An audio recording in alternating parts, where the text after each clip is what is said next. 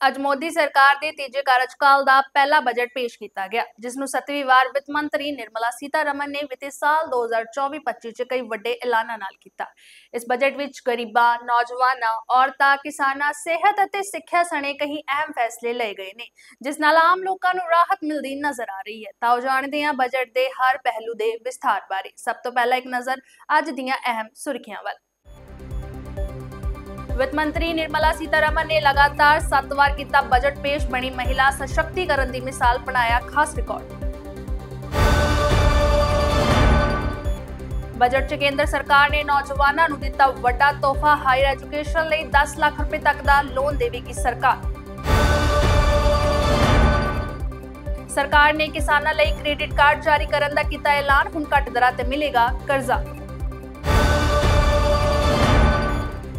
ਔਰਤਾਂ ਨੂੰ ਲਾਭ ਪਹੁੰਚਾਉਣ ਲਈ ਬਜਟ ਵਿੱਚ 3 ਲੱਖ ਕਰੋੜ ਦੀ ਕੀਤੀ ਗਈ ਵਿਵਸਥਾ। ਇਸ ਨਾਲ ਮਹਿਲਾ ਸਸ਼ਕਤੀਕਰਨ ਨੂੰ ਵੀ ਮਿਲੇਗਾ ਹੁਲਾਰਾ, ਨੌਕਰੀ ਪੇਸ਼ਾ ਲੋਕਾਂ ਨੂੰ ਵੀ ਮਿਲੇਗੀ ਵੱਡੀ ਰਾਹਤ। 15% ਸਸਤੇ ਹੋਣਗੇ ਮੋਬਾਈਲ ਫੋਨ ਅਤੇ ਚਾਰਜਰ, ਦੂਰ ਸੰਚਾਰ ਉਪਕਰਨ, PVC ਪਲਾਸਟਿਕ ਹੋਇਆ ਮਹਿੰਗਾ। ਬਜਟ ਨੂੰ ਲੈ ਕੇ PM ਮੋਦੀ ਨੇ ਦੇਸ਼ ਨੂੰ ਕੀਤਾ ਸੰਬੋਧਨ, ਕਿਹਾ ਨਵੀਂ ਤਾਕਤ ਦੇਣ ਵਾਲਾ ਬਜਟ, ਸਕਿੱਲਸ ਨੂੰ ਮਿਲੇਗਾ ਨਵਾਂ ਸਕੇਲ।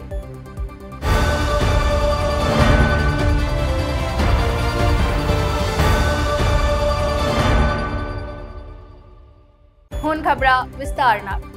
ਅੱਜ ਵਿੱਤੀ ਸਾਲ 2024-25 ਦਾ ਕੇਂਦਰੀ ਬਜਟ ਸੰਸਦ ਵਿੱਚ ਪੇਸ਼ ਕੀਤਾ ਗਿਆ, ਜਿਸ ਨੂੰ ਵਿੱਤ ਮੰਤਰੀ ਨਿਰਮਲਾ ਸੀਤਾਰਮਨ ਨੇ ਪੇਸ਼ ਕੀਤਾ। ਬਜਟ ਪੇਸ਼ ਕਰਦੇ ਹੀ ਨਿਰਮਲਾ ਸੀਤਾਰਮਨ ਨੇ ਆਪਣੇ ਨਾਂ ਨਵਾਂ ਰਿਕਾਰਡ ਦਰਜ ਕਰ ਲਿਆ।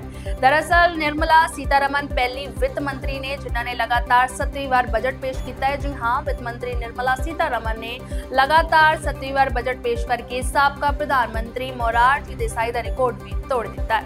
ਦੱਸ ਦਈਏ ਕਿ ਮੋਦੀ ਸਰਕਾਰ ਦੇ ਤੀਜੇ ਕਾਰਜਕਾਲ ਦਾ ਇਹ ਪਹਿਲਾ ਬਜਟ ਹੈ। ਅੱਜ ਬਜਟ ਪੇਸ਼ ਕਰਦਿਆਂ ਸੀਤਾਰਮਨ ਨੇ ਕਿਹਾ ਕਿ ਭਾਰਤ ਦੇ ਲੋਕਾਂ ਨੇ ਮੋਦੀ ਦੀ ਅਗਵਾਈ ਵਾਲੀ ਸਰਕਾਰ ਵਿੱਚ ਆਪਣਾ ਵਿਸ਼ਵਾਸ ਮਜ਼ਬੂਤ ਕੀਤਾ ਹੈ ਤੇ ਉਹਨਾਂ ਨੂੰ ਤੀਜੀ ਵਾਰ ਚੁਣਿਆ ਹੈ। ਭਾਰਤ ਦਾ ਆਰਥਿਕ ਵਿਕਾਸ ਲਗਾਤਾਰ ਹੋ ਰਿਹਾ ਹੈ, ਜਦੋਂ ਕਿ ਵਿਸ਼ਵ ਅਰਥ ਵਿਵਸਥਾ ਅਜੇ ਵੀ ਨੀਤੀਗਤ ਅਨਿਸ਼ਚਿਤਤਾ ਦੀ ਪਕੜ ਵਿੱਚ ਹੈ। ਦੇਸ਼ ਦੀ ਮਹਿੰਗਾਈ ਸਥਿਰ ਹੈ ਤੇ 4% ਵੱਲ ਵਧ ਰਹੀ ਹੈ ਤੇ ਕੋਰ ਮਹਿੰਗਾਈ 3.1% ਤੇ ਹੈ। ਬਜਟ ਵਿੱਚ ਨੌਜਵਾਨਾਂ ਲਈ ਵੀ ਕਈ ਮੌਕੇ ਪ੍ਰਦਾਨ ਕੀਤੇ ਗਏ ਨੇ। ਦਰਅਸਲ ਅਜਿਹੇ ਨੌਜਵਾਨਾਂ ਜਿਨ੍ਹਾਂ ਨੇ ਕਿਸੇ ਸਰਕਾਰੀ ਸਕੀਮ ਦਾ ਲਾਭ ਨਹੀਂ ਲਿਆ ਹੈ, ਉਹਨਾਂ ਨੂੰ ਦੇਸ਼ ਦੇ ਕਿਸੇ ਵੀ ਸੰਸਥਾਨ ਵਿੱਚ ਦਾਖਲੇ ਲਈ ਸਿੱਖਿਆ ਕਰਜ਼ਾ ਮਿਲੇਗਾ। ਇਸ ਦੇ ਲਈ ਸਰਕਾਰ ਵਾਊਚਰ ਦਾ ਪ੍ਰਬੰਧ ਕਰੇਗੀ, ਜੋ ਹਰ ਸਾਲ ਲਗਭਗ 1 ਲੱਖ ਵਿਦਿਆਰਥੀਆਂ ਨੂੰ ਦਿੱਤੇ ਜਾਣਗੇ। ਨੌਜਵਾਨ ਹੁਣ ਸਵੈ ਰੁਜ਼ਗਾਰ ਲਈ 20 ਲੱਖ ਰੁਪਏ ਤੱਕ ਦਾ ਮੁਦਰਾ ਲੋਨ ਲੈ ਸਕਣਗੇ। ਦੱਸ ਦਈਏ ਕਿ ਹੁਣ ਤੱਕ ਇਹ ਸੀਮਾ ਸਿਰਫ 10 ਲੱਖ ਰੁਪਏ ਸੀ। ਆਪਣੀ ਪੜ੍ਹਾਈ ਪੂਰੀ ਕਰਨ ਤੋਂ ਬਾਅਦ ਨੌਕਰੀਆਂ ਦੀ ਤਲਾਸ਼ ਕਰ ਰਹੇ 1 ਕਰੋੜ ਨੌਜਵਾਨਾਂ ਨੂੰ ਦੇਸ਼ ਦੀਆਂ 500 ਚੋਟੀ ਦੀਆਂ ਕੰਪਨੀਆਂ ਵਿੱਚ ਇੰਟਰਨਸ਼ਿਪ ਵੀ ਦਿੱਤੀ ਜਾਵੇਗੀ। ਉਹਨਾਂ ਨੂੰ ਹਰ ਮਹੀਨੇ 5000 ਰੁਪਏ ਭੱਤਾ ਅਤੇ 6000 ਰੁਪਏ ਦੀ ਸਹਾਇਤਾ ਵੀ ਦਿੱਤੀ ਜਾਵੇਗੀ। 5 ਸਾਲਾਂ ਦੀ ਮਿਆਦ ਵਿੱਚ 20 ਲੱਖ ਨੌਜਵਾਨਾਂ ਨੂੰ ਹੁਨਰ ਪ੍ਰਦਾਨ ਕਰਨ ਦਾ ਟੀਚਾ ਰੱਖਿਆ ਗਿਆ ਹੈ। 1000 ITs ਕੰਪਨੀ ਨੂੰ ਅਤੇ ਸਪੋਕ ਵਿਵਸਥਾ ਦੇ ਨਤੀਜੇ ਦੇ ਅਨੁਸਾਰ ਅਪਗ੍ਰੇਡ ਕੀਤਾ ਜਾਵੇਗਾ। ਮਾਡਲ ਸਕਿੱਲ ਲੋਨ ਸਕੀਮ ਨੂੰ ਸਰਕਾਰੀ ਪ੍ਰਾਯੋਜਿਤ ਫੰਡਾਂ ਤੋਂ ਗਾਰੰਟੀ ਦੇ ਨਾਲ 7.5 ਲੱਖ ਰੁਪਏ ਤੱਕ ਦੇ ਕਰਜ਼ੇ ਦੀ ਸਹੂਲਤ ਪ੍ਰਦਾਨ ਕਰਨ ਲਈ ਸੋਧਿਆ ਜਾਵੇਗਾ।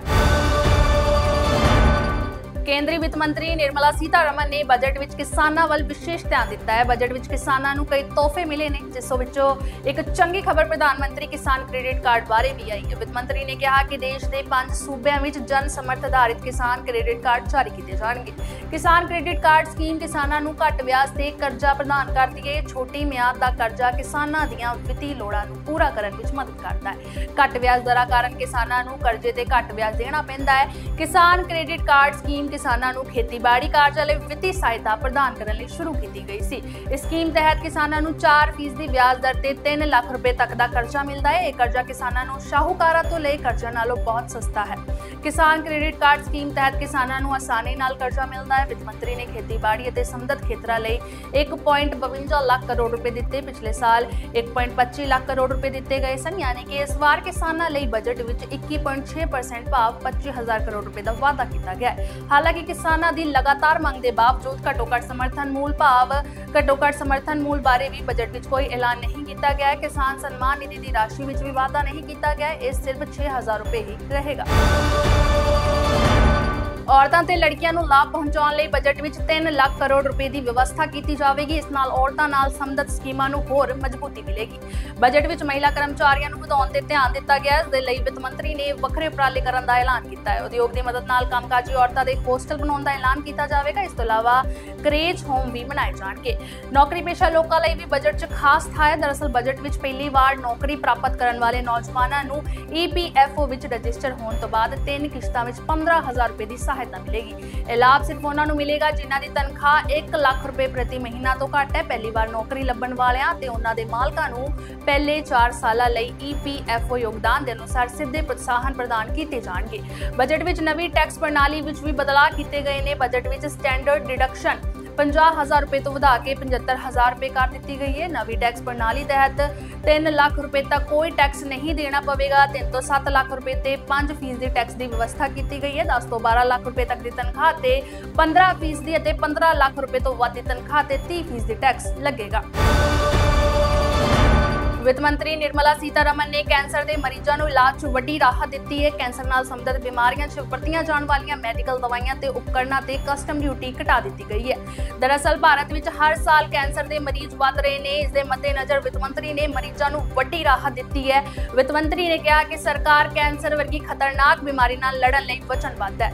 ਇਸ ਦੇ ਨਾਲ ਹੀ ਵਿੱਤ ਮੰਤਰੀ ਨੇ ਔਰਤਾਂ ਨੂੰ ਵੀ ਵੱਡਾ ਤੋਹਫਾ ਦਿੱਤਾ ਹੈ। ਉਹਨਾਂ ਨੇ ਸੋਨੇ ਅਤੇ ਚਾਂਦੀ ਤੇ ਕਸਟਮ ਡਿਊਟੀ ਘਟਾ ਕੇ 6% ਦੀ ਕਰ ਦਿੱਤੀ ਹੈ। ਇਸ ਨਾਲ ਸੋਨੇ ਚਾਂਦੀ ਦੇ ਗਹਿਣੇ ਸਸਤੇ ਹੋ ਜਾਣਗੇ। ਇਹ ਗਹਿਣਾ ਪ੍ਰੇਮੀਆਂ ਲਈ ਵੱਡੀ ਰਾਹਤ ਹੋਵੇਗੀ ਕਿਉਂਕਿ ਸੋਨੇ ਚਾਂਦੀ ਦੀਆਂ ਕੀਮਤਾਂ 'ਚ ਲਗਾਤਾਰ ਵਾਧਾ ਹੋ ਰਿਹਾ ਹੈ। ਜ਼ਿਕਰਯੋਗ ਹੈ ਕਿ ਮੋਬਾਈਲ ਫੋਨ, ਮੋਬਾਈਲ ਚਾਰਜਰ, ਬਿਜਲੀ ਦੀਆਂ ਤਾਰਾਂ, ਐਕਸ-ਰੇ ਮਸ਼ੀਨਾਂ ਤੇ ਸੋਲਰ ਸੈੱਟਾਂ ਤੇ ਵੀ ਟੈਕਸ ਘਟਾਇਆ ਗਿਆ ਹੈ। ਸਕਿਨ ਦੀਆਂ ਵਸਤਾਂ ਦੇ ਨਾਲ-ਨਾਲ ਝੀਗਾ ਤੇ ਵੀ ਕੀਮਤ ਹੇਠਾਂ ਆਵੇਗੀ। ਵਿੱਤ ਮੰਤਰੀ ਨੇ ਕੁਝ ਦੂਰ ਸੰਚਾਰ ਉਪਕਰਨਾਂ ਤੇ ਬੇਸਿਕ ਕਸਟਮ ਡਿਊਟੀ ਵਧਾ ਦਿੱਤੀ ਹੈ। ਪਹਿਲਾਂ ਇਹਨਾਂ ਉਤਪਾਦਾਂ ਤੇ 10% ਦੀ ਬੇਸਿਕ ਕਸਟਮ ਡਿਊਟੀ ਸੀ, ਪਰ ਹੁਣ ਇਹ 15% ਦੀ ਹੋਵੇਗੀ। ਸਰਕਾਰ ਨੇ ਪਲਾਸਟਿਕ ਉਤਪਾਦਾਂ ਤੇ ਕਸਟਮ ਡਿਊਟੀ ਵੀ ਵਧਾ ਦਿੱਤੀ ਹੈ। ਇਸ ਦਾ ਮਤਲਬ ਹੈ ਕਿ ਬਜਟ ਤੋਂ ਬਾਅਦ ਪਲਾਸਟਿਕ ਦੀਆਂ ਬਣੀਆਂ ਚੀਜ਼ਾਂ ਦੀਆਂ ਕੀਮਤਾਂ ਵੀ ਵੱਧ ਸਕਦੀਆਂ ਨੇ। ਸੋਲਰ ਸੈੱਲ ਜਾਂ ਸੋਲਰ ਮੋਡਿਊਲ ਬਣਾਉਣ ਲਈ ਵਰਤੇ ਜਾਣ ਵਾਲੇ ਸੋਲਰ ਗਲਾਸ ਤੇ ਵੀ ਟੈਕਸ ਵਧਾ ਦਿੱਤਾ ਗਿਆ ਹੈ। ਇਸ ਦਾ ਮਤਲਬ ਹੈ ਕਿ ਸੋਲਰ ਸਿਸਟਮ ਲਗਾਉਣਾ ਹੁਣ ਥੋੜਾ ਜਿਹਾ ਮਹਿੰਗਾ ਹੋ ਸਕਦਾ ਹੈ। ਤਾਂ ਜੇਕਰ ਸਾਫ਼ ਸਿੱਧੇ ਸ਼ਬਦਾਂ 'ਚ ਕਹੀਏ ਤਾਂ ਮੋਬਾਈਲ ਅਤੇ ਮੋਬਾਈਲ ਚਾਰਜਰ, ਸੋਲਰ ਪੈਨਲ, ਚਮੜੇ ਦੀਆਂ ਚੀਜ਼ਾਂ, ਗਹਿਣੇ, ਸੋਨਾ, ਚਾਂਦੀ, ਹੀਰਾ, ਪਲੇਟੀਨਮ, ਸਟੀਲ ਅਤੇ ਲੋਹਾ, ਇਲੈਕਟ੍ਰੋਨਿਕਸ, ਕਰੂਜ਼ ਯਾਤਰਾ, ਸਮੁੰਦਰੀ ਭੋਜਨ, ਜੁੱਤੀਆਂ, ਕੈਂਸਰ ਦੀਆਂ ਦਵਾਈਆਂ ਸਸਤੀਆਂ ਹੋਈਆਂ ਨੇ ਅਤੇ ਇਸ ਦੇ ਨਾਲ ਹੀ ਨਿਰਧਾਰਤ ਦੂਰ ਸੰਚਾਰ ਉਪਕਰਨ PVC ਪਲਾਸਟਿਕ ਮਹਿੰਗਾ ਹੋਇਆ ਹੈ। ਕੇਂਦਰ ਸਰਕਾਰ ਨੇ ਨਾ ਸਿਰਫ ਬਿਹਾਰ ਨੂੰ ਹੀ ਨਹੀਂ ਸਗੋਂ ਹਿਮਾਚਲ ਪ੍ਰਦੇਸ਼ ਲਈ ਵੀ ਵੱਡਾ ਐਲਾਨ ਕੀਤਾ ਹੈ ਤੇ ਸਾਲ 2023 ਚ ਭਾਰੀ ਮੀਂਹ ਕਾਰਨ ਹੋਈ ਤਬਾਹੀ ਲਈ ਮਦਦ ਦਾ ਐਲਾਨ ਕੀਤਾ ਹੈ। ਕੇਂਦਰੀ ਵਿੱਤ ਮੰਤਰੀ ਨਿਰਮਲਾ ਸੀਤਾਰਮਨ ਨੇ ਸੰਸਦ 'ਚ ਬਜਟ ਪੇਸ਼ ਕਰਦੇ ਹੋਏ ਇਸ ਦਾ ਐਲਾਨ ਕੀਤਾ ਹੈ। ਉਹਨਾਂ ਕਿਹਾ ਕਿ ਹੜ੍ਹਾਂ ਅਤੇ ਮੀਂਹ ਨਾਲ ਪ੍ਰਭਾਵਿਤ ਪ੍ਰਸਤਾਵਿਤ ਪ੍ਰੋਜੈਕਟਾਂ ਦੇ ਨਿਰਮਾਣ ਲਈ 11,500 ਕਰੋੜ ਰੁਪਏ ਤੋਂ ਵੱਧ ਦੀ ਰਾਸ਼ੀ ਮੁਹੱਈਆ ਕਰਵਾਈ ਜਾਵੇਗੀ।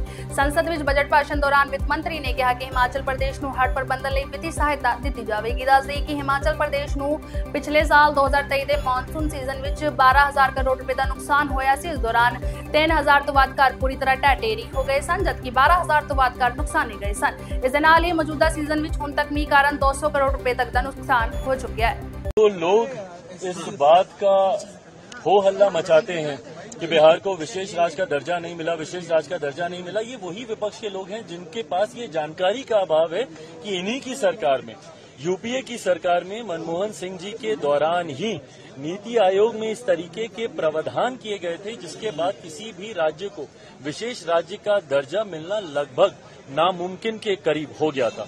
बहरहाल हम लोग की मांग रही थी कि जब तक विशेष राज्य के दर्जे का दर्जा हम लोग को नहीं मिलता, स्पेशल पैकेजेस हम लोग को दिए जाएं।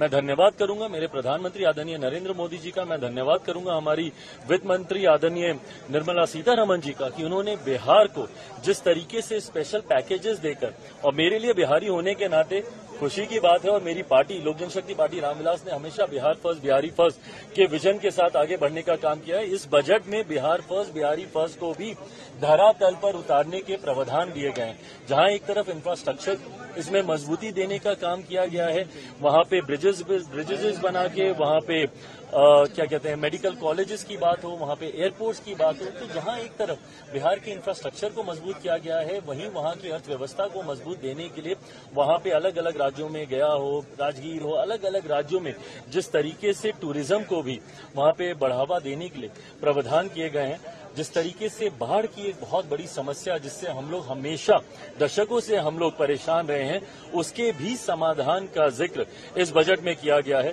तो मैं मानता हूं बिहारियों के लिए ये बहुत खुशी की बात है और पूरी बिहार की जनता प्रधानमंत्री जी का धन्यवाद करेगी। बट ओवरऑल भी अगर इस बजट को देखा जाए तो पूरी तरीके से समावेशी बजट है। पिछले 10 सालों में भारत की अर्थव्यवस्था, एक मजबूत अर्थव्यवस्था का लाभ हमारे समाज के हर वर्ग को मिले, युवाओं को मिले, महिलाओं को मिले, किसानों को मिले, मध्य वर्ग के लोगों को मिले, इस बात का ध्यान भी इस बजट में रखा गया है। मैं मानता हूं कि एक बजट ऐसा बजट जो युवाओं से जुड़ी सबसे बड़ी समस्या बेरोजगारी का भी जिक्र करता है।